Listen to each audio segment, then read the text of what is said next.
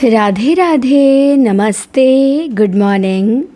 स्वागत है आप सभी का हिंदी टीचर्स एकेडमी में। तो आज हम लोग यूजीसी नेट जून 2025 का पेपर देखेंगे और जिसका एग्ज़ाम हुआ था 29/6/2025 को। तो आ जाइए, पहला प्रश्न है कि कौन सा शब्द स्त्रीलिंग है? भिड़ंत, धनिया, रेड़ू, बुझौल, रज्जू। तो ये 5 शब्द दिए हैं। एनटीए ने इसका विकल्प तो ए माना था कि भिड़ंत और रेड़ू और रज्जू ये स्त्रीलिंग हैं, पर अगर आप देखें तो ये पांचों ही स्त्रीलिंग है। धनिया भी तो स्त्रीलिंग ही है, अब बुझौल भी तो स्त्रीलिंग ही है। तो भिड़ंत, धनिया, रेड़ू, बुझौल, रज्जू ये पांचों स्त्रीलिंग है, बट एनटीए ने भिड़ंत को, रज्जू को और रेड़ू को स्त्रीलिंग माना था, धनिया और बुझौल को नहीं। इसके बाद दूसरा प्रश्न है कि भाषा की विशेषताओं के संबंध में कौन से कथन सत्य हैं? 5 कथन दिए हुए हैं। पहला है भाषा पैतृक संपदा है, ये तो बिल्कुल गलत है। भाषा पैतृक संपत्ति थोड़ी है। दूसरा है कि भाषा परंपरा है, व्यक्ति उसका अर्जन कर सकता है लेकिन उसे उत्पन्न नहीं कर सकता, ये बिल्कुल सही है। भाषा सूक्ष्मता से स्थूलता और प्रौढ़ता से अप्रौढ़ता की ओर जाती है, ये गलत है। भाषा स्थूल से सूक्ष्म की ओर जाती है और अप्रौढ़ता से प्रौढ़ता की ओर जाती है, तो उल्टा लिख दिया है। फिर दिया है कि प्रत्येक भाषा की एक भौगोलिक सीमा होती है, बिल्कुल होती है। फिर है कि प्रत्येक भाषा की व्याकरणिक संरचना समान होती है, ये गलत है। प्रत्येक भाषा की व्याकरणिक संरचना समान नहीं, अलग अलग होती है। तो यहाँ पे हमें केवल 2 कथन सही मिले, बी और डी। तो कूट आइए देखते हैं, कूट में दिया है बी और डी सही, सी वाला, तो सी विकल्प हम लगा देंगे। इसके बाद आते हैं नेक्स्ट क्वेश्चन पे। बहुत बड़ा क्वेश्चन है ये, पंक्ति है, पूछी गई है, मिलान करिए। तो आइए यहाँ से कर लेते हैं क्योंकि एक में आएगा नहीं है। यहाँ देख लेते हैं कि जले ठूठ पर बैठ गई कोकिला कूक। ये पंक्ति किसकी है? तो वैद्यनाथ मिश्र नागार्जुन की पंक्ति है कि जले ठूठ पर बैठ गई कोकिला कूक। फिर है सिंधु सेज पे धरा वधू अब तनिक संकुचित बैठी सी। ये पंक्ति जयशंकर प्रसाद की है। जले ठूठ पर बैठ गई कोकिला कूक ये नागार्जुन की, और सिंधु सेज पे धरा वधू अब तनिक संकुचित बैठी सी ये प्रसाद की। इसके बाद है कि ऐसा तेरा लोक वेदना नहीं जिसमें तेरा अवसाद। ये महादेवी वर्मा की है कि ऐसा तेरा लोक वेदना नहीं जिसमें तेरा अवसाद। फिर है चमकते हैं खड़े हथियार उसके दूर तक आंखें चिलकती हैं नुकीले तेज पत्थर सी। ये गजानन माधव मुक्तिबोध की पंक्ति है। तो 4 पंक्तियां हमने देखी।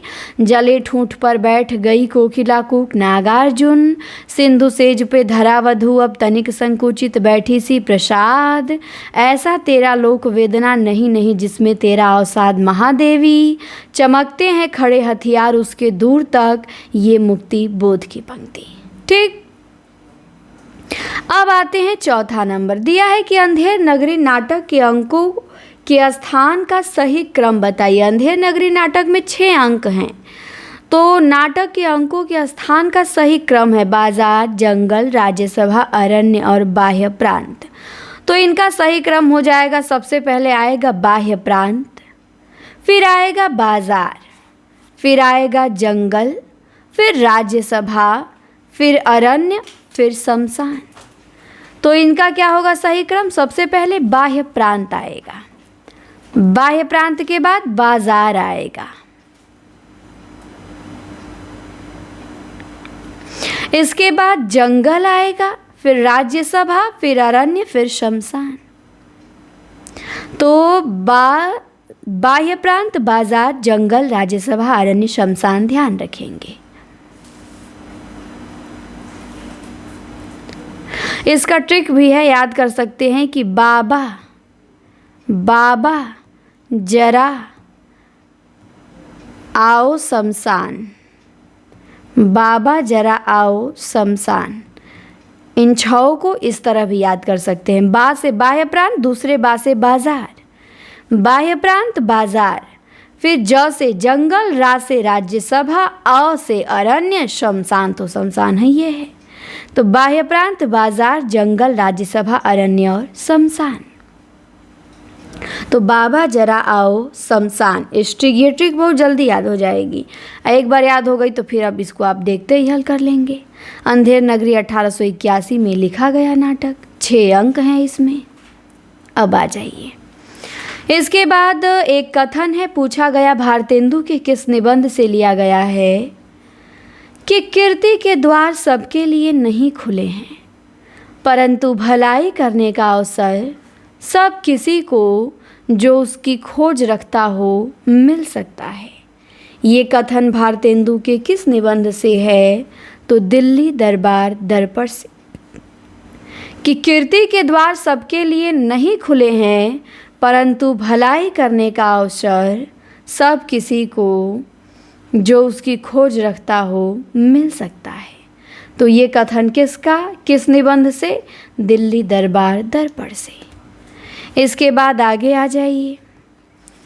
दिया है कि कामायनी की पंक्तियों को सही क्रम में व्यवस्थित कीजिए। 5 पंक्तियां कामायनी की दी गई हैं,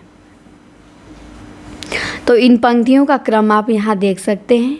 सबसे पहले आएगा, स्वयं व्यस्त पर शांत बने से, शस्त्र शास्त्र रक्षा में पलते, ये विज्ञान भरे अनुशासन, क्षण क्षण परिवर्तन में ढलते, यही त्रिपुर है देखा तुमने। तो स्वयं व्यस्त पर शांत बने से, शास्त्र शस्त्र रक्षा में पलते, ये विज्ञान भरे अनुशासन, क्षण क्षण परिवर्तन में ढलते, यही त्रिपुर है देखा तुमने। तो इस पंक्ति को याद कर सकते हैं पूरा, तो अपने आप क्रम बैठ जाएगा कि स्वयं व्यस्त पर शांत बने से, शास्त्र शास्त्र रक्षा में पलते, ये विज्ञान भरे अनुशासन, क्षण क्षण परिवर्तन में ढलते, यही त्रिपुर है देखा तुमने। कामायनी प्रसाद जी की रचना है, 1935 में प्रकाशित हुई। 15 सर्ग हैं, शांत रस की प्रधानता है, मुख्य छंद तांटक है, भाषा खड़ी बोली है। इसके बाद एक पंक्ति है, पूछी गई ये पंक्ति किसकी है? पीयू सो कहेऊ संदेशड़ा, हे भौरा हे काग। तो ये पंक्ति मलिक मोहम्मद जायसी की है। पीयू सो कहेऊ संदेशड़ा, हे भौरा हे काग। फिर 8वां प्रश्न है, स्त्री आंदोलन से संबंधित कौन से कथन सत्य हैं? तो ये भी बहुत बड़ा क्वेश्चन है। तो दिया है कि संयुक्त राज्य अमेरिका ने 1848 में ही नारी मताधिकार को वैधता प्रदान की। गलत है, बहुत देर में वहाँ से नारी मताधिकार को वैधता मिली। फिर है 1946 में नारी की दशा पे संयुक्त राष्ट्र संघ ने विश्व भर की महिलाओं के लिए समान राजनीतिक, आर्थिक और शैक्षिक अधिकार दिलाने के लिए एक आयोग का गठन किया। तो ये सही है। फिर है बेट्टी फ्राइडन कृत द फेमिनिन मिस्टिक, अमेरिकी नारीवाद की महत्वपूर्ण पुस्तक है। ये भी सही है। फिर है केट मिलट की पुस्तक द फीमेल यूनक, स्त्री आंदोलन का लैंगिक पाठ है। गलत है। सुशासन बेशनेट की पुस्तक सेक्सुअल पॉलिटिक्स ने स्त्री आंदोलन को अतिवादी रूप दिया। ये भी गलत है। तो सही हमें 2 ठो मिला कि 1946 में नारी की दशा पे संयुक्त राष्ट्र संघ ने विश्व भर की महिलाओं के लिए समान राजनीतिक, आर्थिक और शैक्षिक अधिकार दिलाने के लिए एक आयोग का गठन किया। और बेट्टी फ्राइडन कृत द फेमिनिन मिस्टिक अमेरिकी नारीवाद की महत्वपूर्ण पुस्तक है। तो सही है सी और बी। इसके बाद आगे आते हैं, पृथ्वीराज रासो के संदर्भ में कौन सा कथन सही नहीं है? ये 2500 पृष्ठों का बहुत बड़ा ग्रंथ है। ये तो सही है। इसका मुख्य छंद कवित्त, दोहा, तोमर, त्रोटक, गाहा और आर्या है। ये भी सही है। 69 समय हैं। ये भी सही है। पृथ्वीराज रासों को चंद्रबरदाई के पुत्र कलहड़ ने पूरा किया था। तो ये गलत है, कलहड़ ने नहीं पूरा किया था, जलहड़ ने पूरा किया था। पंडित गौरी शंकर हीराचंद ओझा रासों में वर्णित घटनाओं तथा संवतों को भाटों की कल्पना नहीं मानते हैं। तो ये भी गलत है, मानते हैं। तो हमें पूछा है कि कौन सा रासों के बारे में गलत है, तो गलत डी और ई है। गलत ही बताना है तो डी विकल्प में डी और ई दिया है, हो गया सही। इसके बाद आगे आ जाइए। साहित्य अकादमी पुरस्कार से सम्मानित कृतियों को पहले से बाद के क्रम में लगाइए। राजेश जोशी का 2 पंक्तियों के बीच सुरेंद्र वर्मा का मुझे चांद चाहिए। तो आइए यहाँ पे क्रम देख लेते हैं। आंगन के पार द्वार पे 1964 में साहित्य अकादमी मिला गी को। कविता के नए प्रतिमान पे नामवर सिंह को 1971 में साहित्य अकादमी मिला। मुझे चांद चाहिए पे 1996 में सुरेंद्र वर्मा को साहित्य अकादमी मिला। 2 पंक्तियों के बीच में 2002 में राजेश जोशी को साहित्य अकादमी मिला। और टोकरी में दिगंत थेरी गाथा अनामिका को 2020 में साहित्य अकादमी मिला। तो अज्ञेय को 1964 में साहित्य, नामवर को 1971 में, अज्ञेय को 64 में, नामवर को 71 में, सुरेंद्र वर्मा को 1996 में, राजेश जोशी को 2002 में, अनामिका को 2020 में। तो ध्यान दीजिएगा, अज्ञेय को 64, नामवर को 71, सुरेंद्र वर्मा को 96 में। फिर दिया है कि काव्य रचनाएं सुमेलित कीजिए। मोहनलाल महतो वियोगी की रचना है निर्माल्य। रामेश्वर शुक्ल अंचल का हो जाएगा मधुकर्ण। भगवती चरण वर्मा का अपराजिता और नरेंद्र शर्मा का सूल फूल। तो ए का थर्ड ऑप्शन, बी ऑप्शन में ए का थर्ड दिया है, हो गया बी सही। आगे आते हैं। हिंदी में ध्वनियों के संबंध में कौन सा तथ्य सही नहीं है? तो ध्वनियों का सबसे प्रचलित और प्राचीन वर्गीकरण स्वर और व्यंजन रूप में मिलता, सही है। स्वर ध्वनि है जिसके उच्चारण में हवा आबाद गति से मुंह विवर से निकलती है, ये भी सही है। व्यंजन वह ध्वनि है जिसके उच्चारण में हवा आबाद गति से नहीं निकल पाती, तो ये क्या है? ये भी सही है। फिर दिया है कि जो दीर्घ से कुछ ह्रस्व हो उसे प्लुत स्वर कहते हैं, ये गलत है। जो दीर्घ से कुछ ह्रस्व हो उसे प्लुत स्वर नहीं कहते हैं, उसे ह्रस्व स्वर कहते हैं। जो दीर्घ से बड़ा हो, अधिक मात्रा लगे, उसको न कहेंगे प्लुत स्वर। 13वें प्रश्न पे आइए। 13वां दिया है कि पत्रिकाओं को प्रकाशन वर्ष के अनुसार लगाइए। तो आलोचना है, तद्भव है, बाला बोधिनी है, इंदु है, धर्म युग है। तो आइए इनका समय देख लेते हैं। भारतेंदु जी की पत्रिका बाला बोधिनी, ये जो पत्रिका 1874 में आई। अंबिका प्रसाद गुप्त की इंदु 1909 में आई। धर्मयुग धर्मवीर भारती की 1950 में। आलोचना शिवदान सिंह चौहान की 1951 में आई। और तद्भव पत्रिका अखिलेश की 1999 में आई। तो बाला बोधिनी आपको पता ही होगा 1874 में, इंदु 1909 में, धर्मयुग 1950 में। आपको ध्यान देना होगा आलोचना 1951 और तद्भव 1999। आलोचना 1951 और तद्भव 1999। फिर 14 नंबर में रचना और रचनाकार को सुमेलित करना है। तो अयोध्या सिंह उपाध्याय हरिऔध का हो जाएगा प्रद्युम्न विजय। लाला श्रीनिवास दास का प्रहलाद चरित हो जाएगा। राधा चरण गोस्वामी का अमर सिंह राठौर हो जाएगा। और बालकृष्ण भट्ट का नल दमयंती स्वयंवर हो जाएगा। तो ए का 2, बी का 1, किस विकल्प में ए का 2, बी का 1 दिया है? ए ऑप्शन में दिया है। आगे आइए अगले प्रश्न पे। अगला दिया है कि भारत दुर्दशा के अंक और स्थान का मिलान कीजिए। तो पहला अंक का स्थान कहाँ है? वीथी है। दूसरा अंक का कहाँ है? शमशान है, टूटे फूटे मंदिर है। तीसरा अंक का मैदान है। और 5वें अंक का किताब खाना है। तो ध्यान देंगे, पहला अंक वीथी, दूसरा अंक शमशान या टूटे फूटे मंदिर, तीसरा अंक मैदान और 5वां अंक किताब खाना। पहला अंक वीथी, दूसरा अंक शमशान या टूटे फूटे मंदिर, तीसरा अंक मैदान और पांचवा अंक किताब खाना। इसके बाद आगे आ जाइए। दिया है रचनाओं को काल क्रम के अनुसार लगाइए। कवि प्रिया केशव की है, प्रेम वाटिका रसखान की, हरिचरित्र लालच दास की, प्रेम सागर लल्लू लाल की, सुदामा चरित नरोत्तम दास की।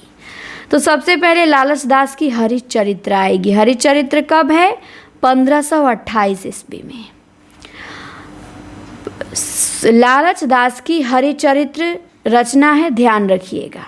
हरिचरित्र कब है? 1528 में। नरोत्तम दास का सुदामा चरित है 1548 में। केशव की कवि प्रिया 1601 में और प्रेम वाटिका 1671 नहीं, 1600 संवत 71 में हो जाएगा, ईस्वी में 1614 है।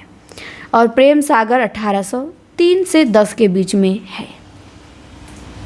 तो हरिचरित्र 1528, सुदामा चरित्र 1548, कवि प्रिया 1601, प्रेम वाटिका 1614 ईस्वी, प्रेम सागर 1803 ईस्वी।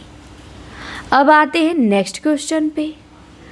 पूछा गया है ये कथन किसका है कि योग्यता 1/4 व्यक्तित्व का निर्माण करती है, शेष पूर्ति प्रतिष्ठा द्वारा होती है। आषाढ़ का एक दिन में ये कथन निक्षेप का है। कौन कहता है? निक्षेप कहता है कि योग्यता 1/4 व्यक्तित्व का निर्माण करती है, शेष पूर्ति प्रतिष्ठा द्वारा होती है। तो ध्यान देंगे, ये निक्षेप का कथन है। फिर 18 में आ जाइए। तीसरी कसम कहानी से उद्धृत पंक्तियों को पहले से बाद के क्रम में लगाना है। तो इनको यहीं पे देख लीजिए। पहले आएगा कि चलो भैयन जान बचेगी तो ऐसी ऐसी सग्गड़ गाड़ी बहुत मिलेगी। और इस बार जनानी सवारी औरत है या चंपा का फूल, जब से गाड़ी महक महक रहा है। इस हीरा मन को प्रतीत नहीं, मर्द और औरत के नाम में फ़र्क होता है। तुम मेरे उस्ताद हो, हमारे शास्त्र में लिखा हुआ है कि एक अक्षर सिखाने वाला भी गुरु है और एक राग सिखाने वाला भी उस्ताद है। तो यही इनका क्रम है। आगे आ जाइए। 19 नंबर में दिया है काव्य सिद्धांतों को पहले से बाद के क्रम में लगाइए। तो विरेचन सिद्धांत आएगा सबसे पहले अरस्तु का 384 से 382 ईसा पूर्व। सबसे पहले अरस्तु का विरेचन सिद्धांत। फिर लॉन्जाइनस का उदात्त का सिद्धांत है 1 से 3 सदी। फिर विलियम वर्ड्सवर्थ का काव्य भाषा सिद्धांत है 1770 से 1850 ईस्वी। फिर क्रोचे का अभिव्यंजनावाद है 1866 से 1952 ईस्वी। फिर मूल्य सिद्धांत है रिचर्ड का 1893 से 1979 ईस्वी। तो सबसे पहले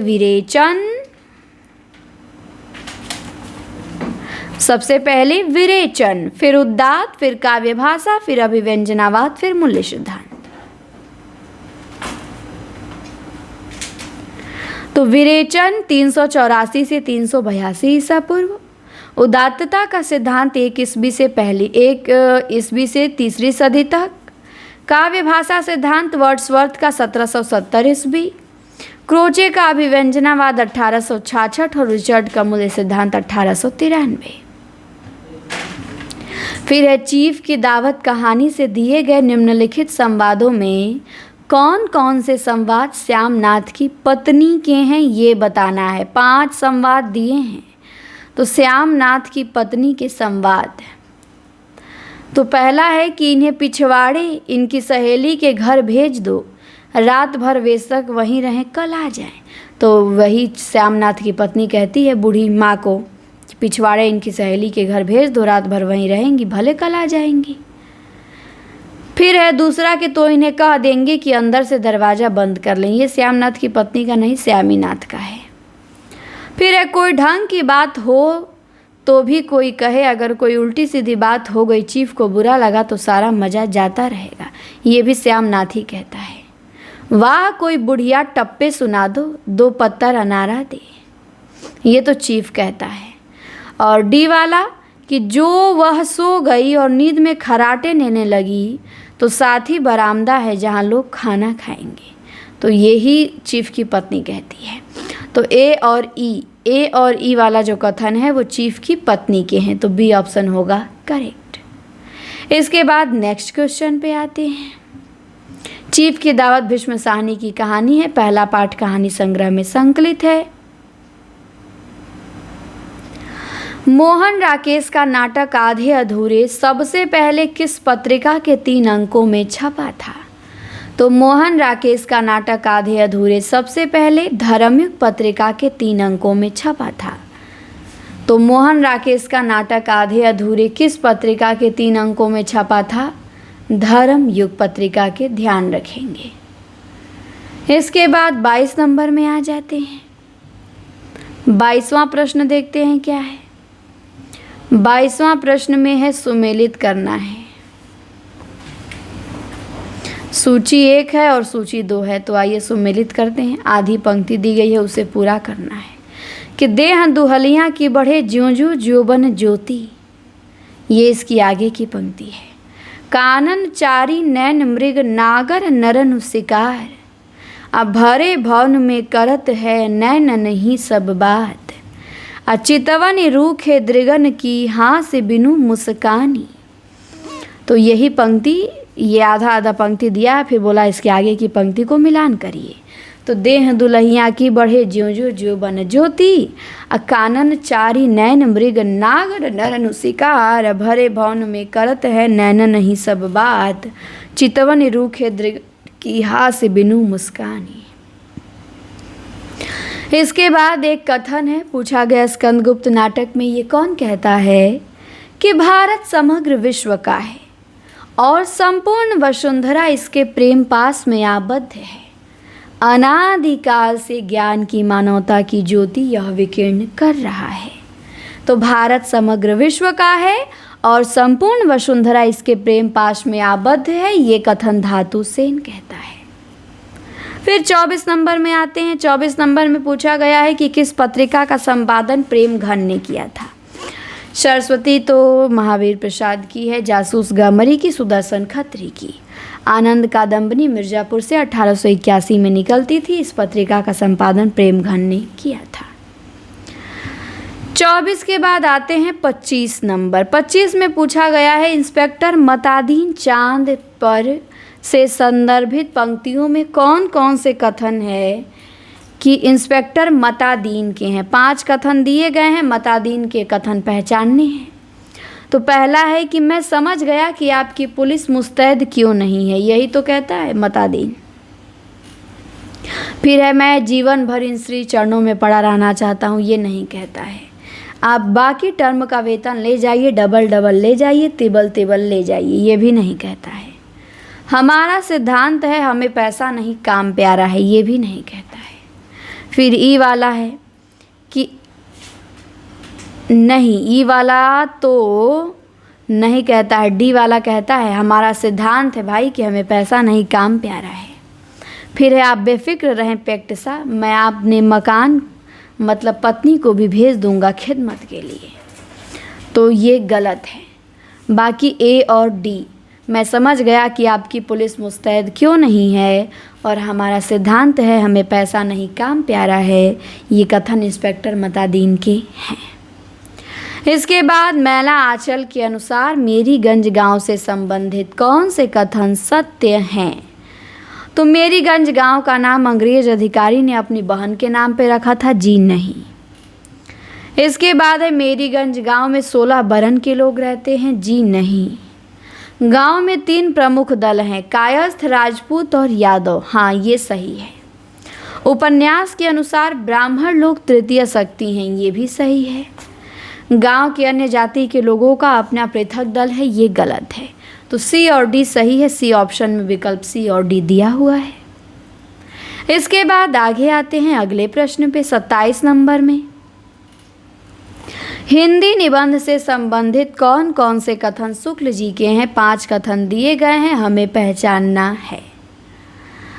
तो पहला कथन है कि आधुनिक पाश्चात्य लक्षणों के अनुसार निबंध उसी को कहना चाहिए जिसमें व्यक्ति अर्थात व्यक्तिगत विशेषता हो। बिल्कुल ये शुक्ल जी कहते हैं। फिर बी है कि निबंध के विभिन्न रूपाकारों का विकास विशेष ऐतिहासिक संदर्भ में होता है, ये गलत है। संसार की हर बात और सब बातों से संबंध है। अपने मानसिक संगठन के अनुसार किसी का मन किसी संबंध सूत्र पे दौड़ता है और किसी का किसी पर, तो ये भी सही है, ये भी शुक्ल जी कहते हैं। फिर इसके बाद है कि तत्व चिंतक या वैज्ञानिक से निबंध लेखक की भिन्नता इस बात से भी है कि निबंध लेखक जिधर चलता है उधर अपनी संपूर्ण मानसिक सत्ता के साथ अर्थात बुद्धि और भावात्मक हृदय दोनों लिए हुए, ये भी सही है। निबंधों में गद्य माध्यम मात्र नहीं रहता वरन एक विशेष रचना सौष्ठव लेके आता है, ये गलत है। तो ए, सी और डी ये वाला कथन शुक्ल जी का है, तो विकल्प डी में ए, सी, डी दिया है। 28 नंबर में दिया है कि कौन से कथन उत्तर आधुनिकता से संबंधित हैं।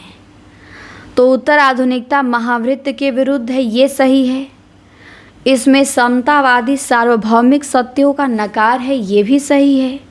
और इसमें आधुनिकतावाद की सक्षमता का नकार है, ये भी सही है। तो उत्तर आधुनिकता से संबंधित है, इसमें महावृत्तांत के विरुद्ध है, इसमें समतावादी सार्वभौमिक सत्यों का नकार है, इसमें आधुनिकतावाद की सक्षमता का नकार है, ए, सी और ई। इसके बाद दिया है कि कौन सी कृतियाँ आदिवासी विमर्श से संबंधित हैं। जंगली फूल, हाँ, आदिवासी विमर्श से है। नगाड़े की तरह बजते शब्द, ये भी आदिवासी विमर्श से है। मन मांझने की ज़रूरत ये नहीं है। और मन मरंग गोड़ा नीलकंठ हुआ महुआ माझी का, ये भी आदिवासी विमर्श से है। प्रमथ्यु गाथा तो नहीं है, तो ये तो कट गया। तो बी, सी और डी, सॉरी, ए, बी और डी, ए, बी और डी विकल्प नंबर डी में दिया है, तो ये आदिवासी विमर्श से संबंधित हैं। और ये किसके किसकी रचना है, तो ध्यान देंगे। जंगली फूल, नगाड़े की तरह बजते शब्द, मरंग घोड़ा नीलकंठ हुआ, ये तो आदिवासी विमर्श से संबंधित रचनाएं हैं। जंगली फूल डॉक्टर जोराम यालाम नाबाम द्वारा लिखा गया उपन्यास है। और नागाड़े की तरह बजते शब्द, ये निर्मला पुतुल ने लिखा है। मरंग घोड़ा नीलकंठ हुआ महुआ माझी ने, प्रमथ्यु गाथा धर्मवीर भारती ने। 30 नंबर में दिया है डॉक्टर शंभुनाथ के अनुसार भारतीय नवजागरण के विभिन्न रूपों से संबंधित है। तो विभिन्न रूपों से संबंधित क्या हो जाएगा। बांग्ला नवजागरण का केंद्रीय सार तत्व बुद्धिवाद है, बिल्कुल सही। हिंदी नवजागरण का केंद्रीय सार तत्व राष्ट्रवाद है, बिल्कुल सही। तो ये दोनों तो बिल्कुल सही हो गए। महाराष्ट्र नवजागरण का केंद्रीय सार तत्व ब्रिटिश राज्य विरोध है, गलत। तमिल नवजागरण का केंद्रीय सार तत्व सुधारवाद है, गलत। केरल नवजागरण का केंद्रीय सार तत्व बुद्धिवाद है, ये भी गलत। तो केवल ए और बी सही हैं। इसके बाद 31 नंबर में आते हैं। तो 30 प्रश्न रहने देते हैं, बाकी अगले क्लास में 70 प्रश्न हम लोग देखेंगे, ठीक हो जाएगा। एक पेपर को हम लोग 2 क्लास में कवर किया करेंगे, तो वीडियो ज़्यादा लंबा ना हो, आप लोग बोर भी नहीं होंगे। और ऐसे आप एक दिन में हम कोशिश करेंगे एक पेपर कंप्लीट करें, 2 वीडियो आप लोगों को मिला करें। कम से कम 2015 से 2025 तक का तो देख ही लिए। तो चलिए इस क्लास को अब करते हैं यहीं पे समाप्त। और आगे की क्लास आपको चाहिए तो आप कमेंट ज़रूर करिएगा। हम यूजीसी नेट का कम से कम 10 वर्षों का तो पेपर देखेंगे ही देखेंगे। तो उम्मीद करते हैं ये क्लास आप लोगों को अच्छी लगेगी। इस वीडियो को करते हैं अब यहीं पे समाप्त। मिलते हैं आपसे हम जल्दी अगली वीडियो में। धन्यवाद।